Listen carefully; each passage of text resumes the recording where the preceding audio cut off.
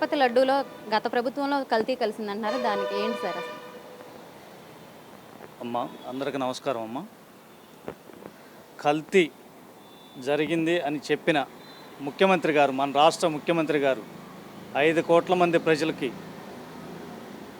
ఒక ప్రతినిధిగా ఉండి ఒక తప్పు జరిగింది అని చెప్పే ముందు మనం ఒక విషయాన్ని ఏదైనా సరే విచారణ చేసి దాన్ని నిర్ణయించుకొని అందరికీ 100 కోట్ల మంది ప్రజలకి వాళ్ళ మనోభావాలకు సంబంధించిన విషయాన్ని మాట్లాడే ముందు మనం ఒక విషయాన్ని చెప్తున్నప్పుడు దాన్ని పూర్తిగా విచారణ చేసిన తర్వాత మాత్రమే మనము ఏదైనా సరే మీడియా ముందుకు వచ్చి చెప్పాలి. మా వెంకటేశ్వర స్వామి భక్తులతో వారి యొక్క మనోభావాలతో ఈ రాష్ట్ర ముఖ్యమంత్రి గారు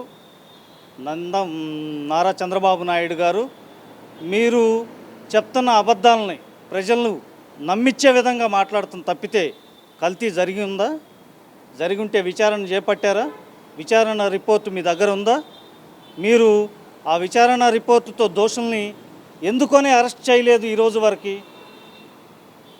వరకు అరెస్ట్ చేయకుండా మీరు ఎందుకు కాలయాపన చేస్తున్నారు? సిట్ అని ఒక మీ సొంత అధికారులను పెట్టి సిట్ అని స్టాండ్ అని ఒక వ్యవస్థను పెట్టి దాన్ని మీరు మరలా కూడా అబద్ధాలను ప్రజల మీదకు నెట్టడానికి చూస్తున్నారు. ఇది తప్పమ్మా. కల్తీ జరిగిందనే దాన్ని విచారణ చేశారా? విచారణ నిర్ణయం లేకుండా మీరు ఎట్లా ఒక పేపర్ తీసుకొని వచ్చేసి లడ్డు కల్తీ అయిపోయింది, యానిమల్ ఫ్యాట్ కలిసిపోయిందని ఎట్లా చెప్తారు మీరు? ఇది తప్పమ్మా. మరి ప్రభుత్వం ఇప్పటికి అంటే కొత్త ప్రభుత్వం వచ్చి కూడా 100 రోజులు దాటిపోయిందండి.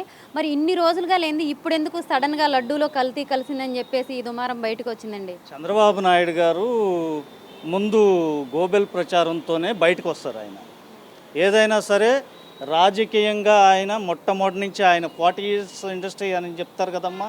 40 సంవత్సరాల అనుభవం ఉన్న రాజకీయ నాయకుడు. ఆయన సొంతంగా పార్టీ పెట్టలేదమ్మా. సొంతంగా పార్టీ పెట్టల. ఈ రాష్ట్ర ప్రజల మీద పార్టీ లాక్కొని ప్రజల్ని హింసించడానికి వచ్చిన నాయకుడు ఎవరన్నా ఉన్నారు అని అంటే అది నారా చంద్రబాబు నాయుడు గారు. ఆయన సొంత మామ దగ్గర పార్టీ లాక్కున్నారు. ఏ ఒక్క కార్యకర్తని నాయకుడిని కూడా ఆయన ఇచ్చేయలేదు. పార్టీ లాక్కొని పార్టీని ఇచ్చేసి బిల్డప్ అయ్యి ఆయన సొంతంగా బాకా ఊదే కొన్ని మీడియా పత్రికల్ని, ఎలక్ట్రానిక్ మీడియాని అడ్డం పెట్టుకొని ఈ రాష్ట్రంలో ఆయన చెప్పిన అబద్ధాలన్నింటినీ కూడా నిజం చేయడానికి ఈరోజు పచ్చ మీడియా మొత్తం పనిగట్టుకొని అబద్ధాలను దుష్ప్రచారం చేసి ఆయన పెద్ద ఆయన చేసి గత 40 సంవత్సరాల అనుభవం ఉన్న ముఖ్యమంత్రి ఈ రోజున మన రాష్ట్రానికి వచ్చాడు. అభివృద్ధి లేదు, హామీలు ఇచ్చేసావు విచ్చలవిడిగా.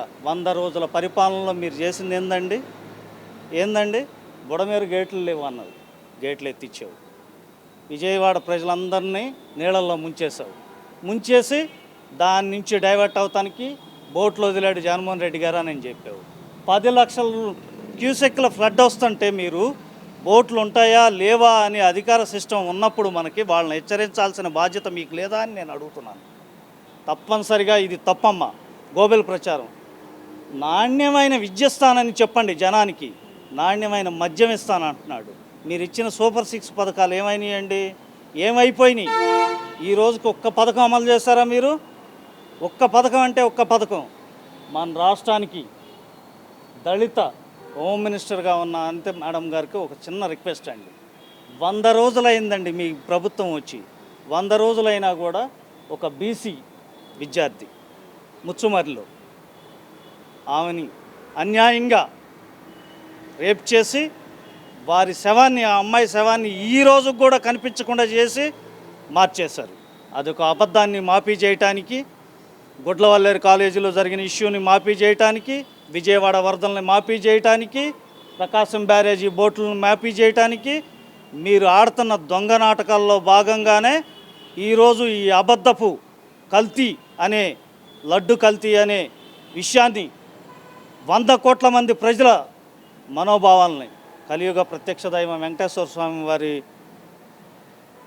భక్తులందరికీ చింతించేలాగా, అయ్యో ఈ లడ్డు తింటే ఇది జరిగిందా, ఇట్లా జరిగిందా, మనం ఇన్ని రోజులు ఈ లడ్డు తిన్నామా అనే ఒక భయం కలిగే వ్యవహారాన్ని మీరు ప్రజల్లో కల్పించడానికి మీరు ఏం చేస్తున్నారు ఈ రాష్ట్రంలో? అబద్ధాలతో ప్రభుత్వాన్ని నడిపించాలనుకుంటున్నారా, లేదా నిజాయితీగా పరిపాలన చేయాలనుకుంటున్నారా? నిజాయితీగా పరిపాలన చేయాలనుకుంటే మీరు 40 ఏళ్ల ముఖ్యమంత్రి అనుభవం ఉన్న ఆయన, రాష్ట్ర ఖజానా పరిస్థితి బాగాలేదు, నా దగ్గర డబ్బులు లేవు, నేను ఏమీ చేయలేకపోతున్నాను, రాష్ట్ర పరిస్థితి చూస్తుంటే అప్పులు పాలైపోయి ఉంది, 14 లక్షల అప్పులు తెచ్చారని మీరే చెప్పారు. మళ్ళా 7 లక్షలు అని అన్నారు, 7 లక్షల కోట్లు అన్నారు. అరే ఈ రాష్ట్ర ఆర్థిక పరిస్థితి ఎట్లుందో మీకు తెలియదండి? మీకు ముందు తెలియదా? మీకు అనుభవం ఉంది కదా? మీరు ఆ పథకాలు హామీలు ఇచ్చే ముందు మీకు వాటి మీద ఒక అవగాహన లేదండి?